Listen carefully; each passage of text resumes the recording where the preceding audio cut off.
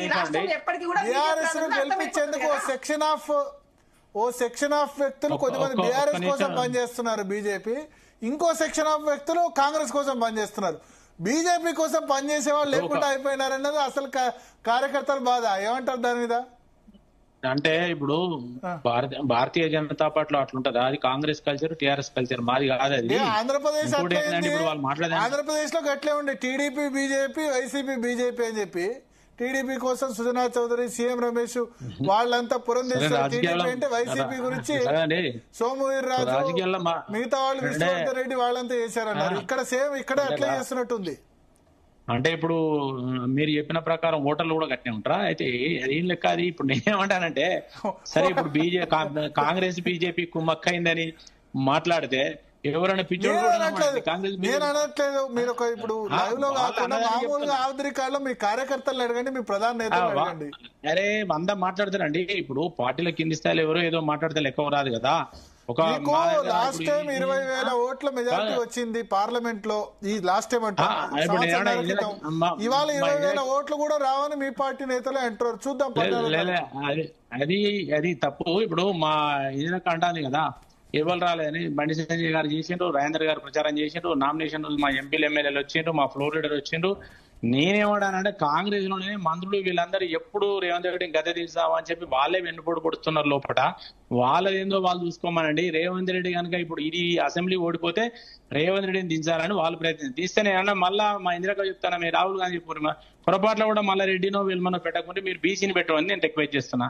మీరు బీసీ అంటారు కాబట్టి బీసీని ఒక మెజార్టీ ఉన్నారు కదా. అరే పట్టుమని 3 కీలేదు మంత్రి పదవులు అండి, అది కూడా ఒక చెత్త పోర్ట్ఫోలియోలు ఇచ్చిండు. ఇప్పటికన్నా మీరు బయట బీసీల గురించి మాట్లాడేటోళ్ళు మీ పార్టీలో బీసీలకు సరైన పోర్ట్ఫోలియోలు, సరైన వాటా మంత్రివర్గంలో, లేకపోతే రేపు ఇది ఓడిపోతే ముఖ్యమంత్రిని దించేయండి. దించేసి మీరు ఒక బీసీని ముఖ్యమంత్రి చేయమని నేను రిక్వెస్ట్ చేస్తున్నా. మీ ద్వారా, మీ మీడియా ద్వారా, ఇందిరక్క ద్వారా చేస్తున్నా. అది కనుక ఏదంటే చేయండి. చేస్తే పాలన కూడా మార్పు వస్తే మీకు కూడా పార్టీకి మంచిది అయితే ఒక బీసీని చేయమని నేను రిక్వెస్ట్ చేస్తున్నా. ఇప్పటికైనా మీరు బీసీల గురించి 42% ఇస్తా అని పోరాడుతున్నారు, ఇవన్నీ చేస్తున్నారు. ఇవన్నీ చేసినప్పుడు మీరు ముఖ్యమంత్రిని కూడా పెట్టండి, ప్రధానమంత్రిని కూడా అదే విధంగా చేయండి, ప్రజలు హర్షిస్తారు. అంతేగాని అందుకే నేను ఏమన్నా శశి తరూర్ రాసిన ఒక కుటుంబ వ్యవస్థ పార్టీల గురించి రాసిన దాన్ని ఒకసారి చదువుకొని ఇప్పటికన్నా మార్పు తీసుకుంటే మంచిదని నేను కోరుతున్నా. కాబట్టి అక్కడ కాంగ్రెస్ గెలిచే క్వశ్చన్ లేదు, ప్రభుత్వ వ్యతిరేకత ఉన్నది. ఇక వాళ్ళు ఎన్ని ఏం లేదు. రేవంత్ రెడ్డి గెలుస్తారా? ఎందుకు బీజేపీ గెలుస్తుంది? బీఆర్ఎస్ గెలుస్తారని ఎందుకు మీరు మాట్లాడతారు? బీఆర్ఎస్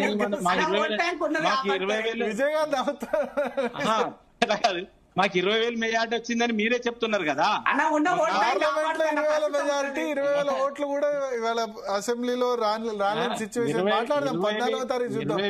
20,000 మెజార్టీ కాదు, 20,000 ఓట్లు కూడా రాని సిచ్యువేషన్ ఉంది అని మీ వాళ్ళే అంటారు. చూద్దాం 14వ తారీఖు. మాకు మొన్న కిషన్ రెడ్డి గారికి 20,000 మెజార్టీ, 10,000 లోపే రాసుకోండి. ఓట్లు వేరే ఏ సర్వే చేసినా కూడా 6% దాటలేదు మనది. మీరు మత రాజకీయాలు మమ్మల్ని అనుకుంటా, మీరు మైనారిటీ మత రాజకీయాలు చేసుకుంటా మమ్మల్ని ఉండేది కాంగ్రెస్ వాళ్ళ కొరకు మీరు దేగుతున్నారు. మరి చెప్పండి.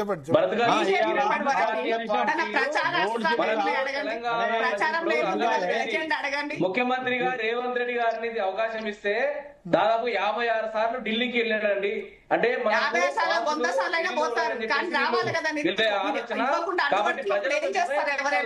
తెలంగాణ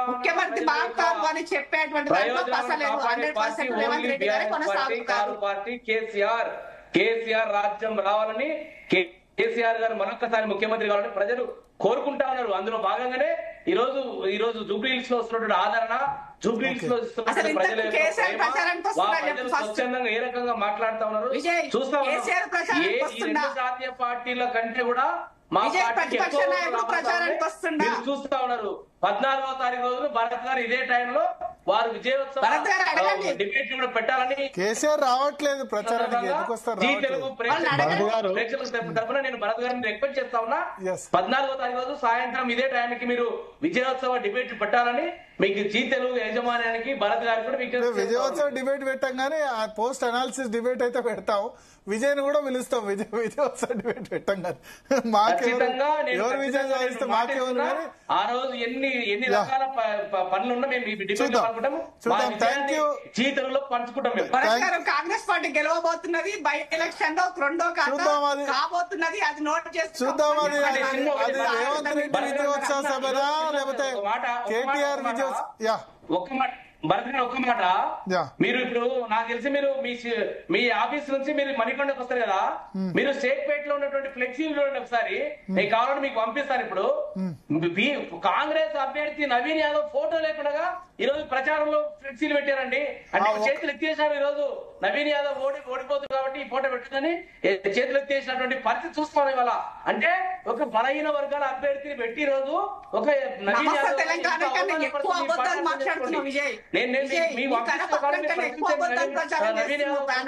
ఫ్లెక్సీలని ఈ రోజు కాంగ్రెస్ పార్టీ ఏర్పాటు చేసి ఏదో ఒక ఫోటోలో ఒక ఫ్లెక్సీలో నవీన్ యాదవ్ ఫోటో లేదట, ఏదో బాగా వైరల్ అవుతుంది. బహుశా వాళ్ళు ఎవరు బై మిస్టేక్ పెట్టినట్టున్నారేమో. అన్ని వాళ్ళు క్రియేట్ చేసేటివే. భరత్ గారు మొన్న ఒక పేపర్ లో మాట్లాడినట్టుగా బీఆర్ఎస్ సోషల్ మీడియా తిప్పింది. ఇవి కూడా అంతే వాస్తవం. అంత ఫేక్ ముచ్చట, ఫేక్ వాట్సాప్ కి ఇవాళ కేర్ ఆఫ్ అడ్రస్ గా మారింది బీఆర్ఎస్. ఎందుకంటే బీజేపీ బాటలు నడుస్తుంది కదా, వాళ్ళు ఫాలో అవుతున్నారు. ఫోటో నేనే తీసిన, ఇది జూమ్ చేయండి దయచేసి కావాలంటే. కనబడతలేదు ఏమి అందులో. భరత్ గారు ఒక విషయం చెప్పాలా? చూద్దాం. భరత్ గారు చెప్పండి. ఈ ఎన్నికలు అయిపోయిన తర్వాత ముఖ్యమంత్రి మార్పు ఉంటది, కాంగ్రెస్ ఓడిపోతుంది, ముఖ్యమంత్రి మార్పు ఉంటది. రేవంత్ రెడ్డి గారి మీద మీరు బీసీలకు రేవంత్ రెడ్డి గారు మీ పార్టీలో మీ బీసీ మంత్రులు అంతా పోయి ఏం ప్రచారం చేస్తారో మీరు చూడండి. ఎట్లా ఓడిపోతే ఎట్లా ముఖ్యమంత్రి అయితే మాకు ఎట్లా అవకాశం వస్తుందని మీ బీసీ మంత్రులు ఇంకా కొంతమంది మంత్రులు ప్రయత్నం చేస్తున్నారు. ప్రామాణికంగా ఉండదు కదా, చాలా ముఖ్యమంత్రి కాంగ్రెస్ పార్టీ మంత్రులు కొద్దిమంది ఇంపార్టెంట్ నాయకులు ఫోన్లు రేవంత్ రెడ్డికి ఓడిపోతేనే సిగ్గుకొస్తుందని చెప్పేసి అడుగుతున్నారు. ఇవాళ కాంగ్రెస్ పార్టీలో మాట్లాడుతున్నారు బాటంగా. ముఖ్యమంత్రి మాడు ఖాయం, అందుకే ఆయన అంత ఆవేశపడుతున్నాడు రేవంత్ రెడ్డి గారు. చూద్దాం జూబ్లీహిల్స్ ఎన్నికల తదనంతర పరిణామాలు ఏ విధంగా ఉంటాయి. ముఖ్యమంత్రి మారుతారా లేకపోతే ముఖ్యమంత్రి మరింత స్ట్రాంగ్ అవుతారా? కాంగ్రెస్ పార్టీ గెలిస్తే 5 ఏళ్ల పాటు ముఖ్యమంత్రి అని చెప్పి మిగతా మంత్రుల మీద కమాండ్ అవుతుందా? అటు బీఆర్ఎస్ గెలిస్తే కేటీఆర్ మరింత స్ట్రాంగ్ అవుతారా?